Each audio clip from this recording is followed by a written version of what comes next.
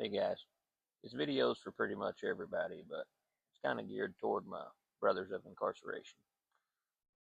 Once you accept Christ, of course, there's a long, hard road ahead of you.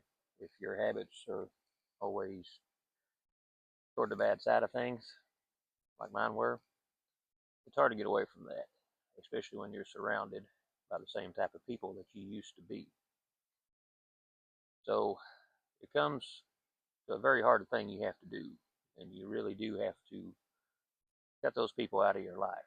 If they're not changing with you, as bad as it hurts, for the best of you and your family, especially your children, you're going to have to leave that life behind. If those people are part of that life, they will continually drag you down.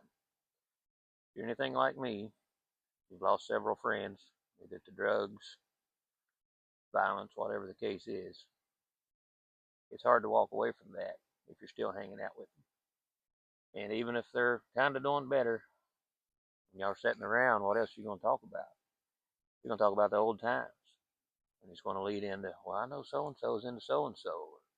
Well, maybe this happens and you do this, and we won't get caught if it's just a little bit. We'll dial it back some, and we'll just do this, and we'll just trust the two of us. We won't pull anybody else in.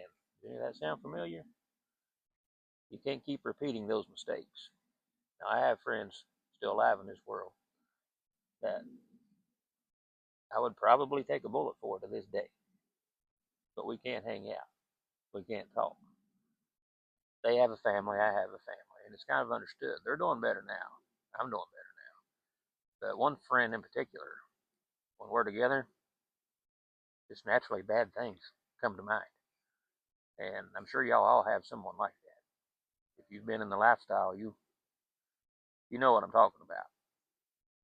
And if you go to prison and there's people in there you're getting along with, and you think, okay, well, we'll get out, we'll run, we'll hook up and do this and that, and we'll go hang out here, and I'll introduce you to so and so. All bad. Can't do it. Not a thing. Get that out of your head.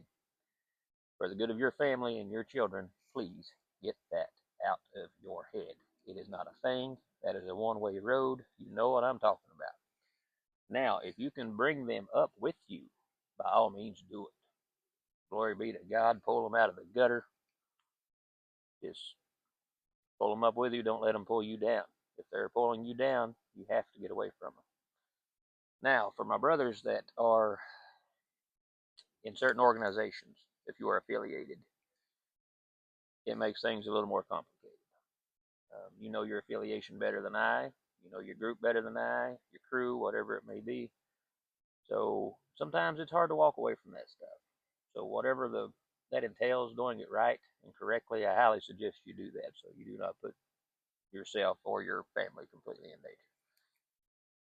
Those of you who know what I'm talking about, you know what I'm saying. So if it is to the point where that's the only way to save your life is to get away from that affiliation, well, you got to do what you got to do. If you're going to follow Jesus, you're not going to do it in that environment. So,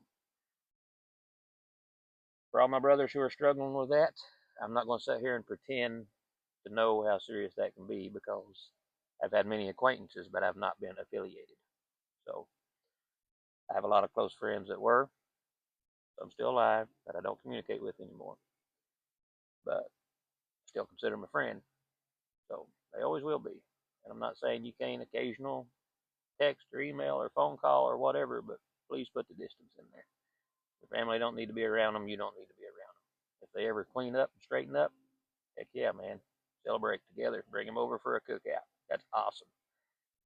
Because we all need to be spreading the news of Jesus. It's the most important thing. If you've been saved and you're trying to do right, you spread that news with them. Because you and I both know they're a little harder to catch than most as far as bringing them to the Lord. But when you go in and you get that jailhouse religion, they call it, and you hit the street after, it's very tempting to fall back into stuff.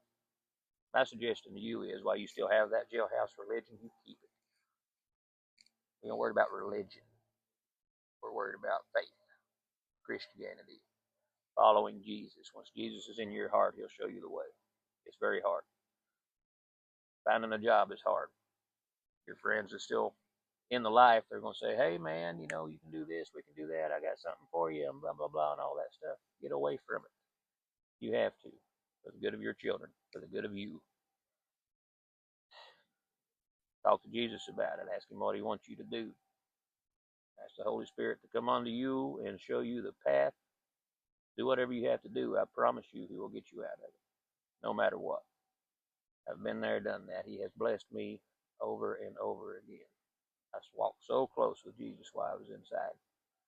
When I got out, I continued to do so, and we have grown so much. I got a few acres out in the woods now. I prayed for that. Got it. Our boys are homeschooled. I prayed that I got a good enough job to let my wife stay home and homeschool our boys. That's where they are every day, and he's done that for us because we're walking the path we need to walk. I highly suggest you try it. I understand. Some of your acquaintances, some of your affiliations, as close as brothers. You might have been raised with them. It might be family. But I promise you, the only way to truly be free and walk a path for you and your family that is better than your past is to cut it loose. I wish you the best of luck. Try it out. Keep your head up. Talk to Jesus. Love you guys.